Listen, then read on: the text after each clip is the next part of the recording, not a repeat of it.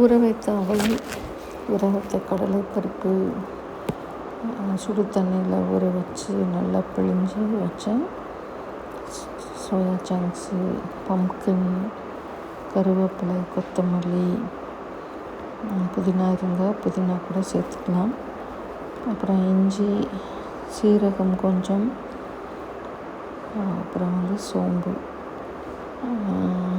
தேவைப்பட்டால் இன்னும் கொஞ்சமே சீரகம், சோம்பு, இஞ்சி, பச்சை மிளகாய், புதினா இருந்தால் புதினா கூட சேர்த்து சின்ன சின்ன பேட்சாக நம்ம அரைச்சி எடுத்துக்க போகிறோம்.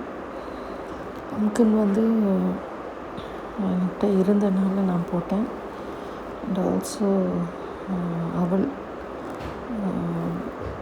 அவல் கூட இருந்ததுன்னா போடுங்க, இல்லைன்னா இந்த பம்ப்கின் அவல் ரெண்டையுமே அவாய்ட் பண்ணிக்கலாம். சில சமயங்களில் நம்ம காய் வாங்கி வைப்போம், இந்த மாதிரி அது சின்ன பீஸ் மீந்து போயிடும். அண்டு அதை இந்த மாதிரி எதுலையாவது நம்ம சேர்த்து பயன்படுத்திக்கலாம். இப்போ இது கொஞ்சம் பாதி ஃபைனாகவும் பாதி கோர்ஸாக, அதாவது 1-2 பருப்பு முழுசாக இருக்கிற மாதிரி அரைச்சி எடுத்தாச்சு. இதில் கொஞ்சம் உப்பு, மறுபடியுமே சீரகம் அண்டு பெருஞ்சீரகம் எல்லாமே சேர்த்து நான் அரைச்சிருக்கேன். அப்புறம் க்ரீன் சில்லிஸ் ஆல்சோ கொஞ்சம் ஆட் பண்ணியிருக்கேன். இது எல்லாமே நம்ம இஷ்டம்தான், எவ்வளோ வேணுங்கிறது நம்மளுக்கு தெரியும் நிதானமாக. So we can reduce it, increase it, அந்த மாதிரி. ஸோ மிதமான சூட்டில் இப்போ இந்த அரைச்ச விழுதை வடையாக தட்டி போட்டு நம்ம எடுத்துக்கலாம். இது ப்ரோட்டீன் ரிச் ஒரு ஸ்நாக்கு.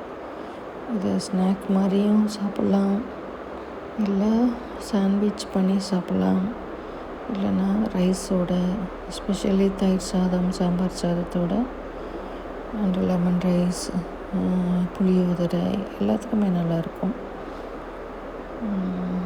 ஸோ நீங்களும் ட்ரை பண்ணி பார்த்துட்டு லைக் பண்ணுங்கள், ஷேர் பண்ணுங்கள், அண்ட் சேனலில் சப்ஸ்கிரைப் பண்ணிக்கோங்க. அண்டு கூடிய சீக்கிரம் என்னோடய ப்ராடக்ட்ஸ் மார்க்கெட்டில் வரப்போகுது. ஸோ அதை வாங்கி எனக்கு சப்போர்ட் கொடுக்க. And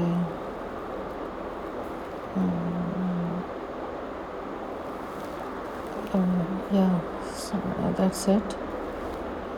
Please try the snack. And பிடிச்சிருந்ததுன்னா லைக் கொடுத்துட்டு சப்ஸ்கிரைப் பண்ணிக்கோங்க. நன்றி, வணக்கம்.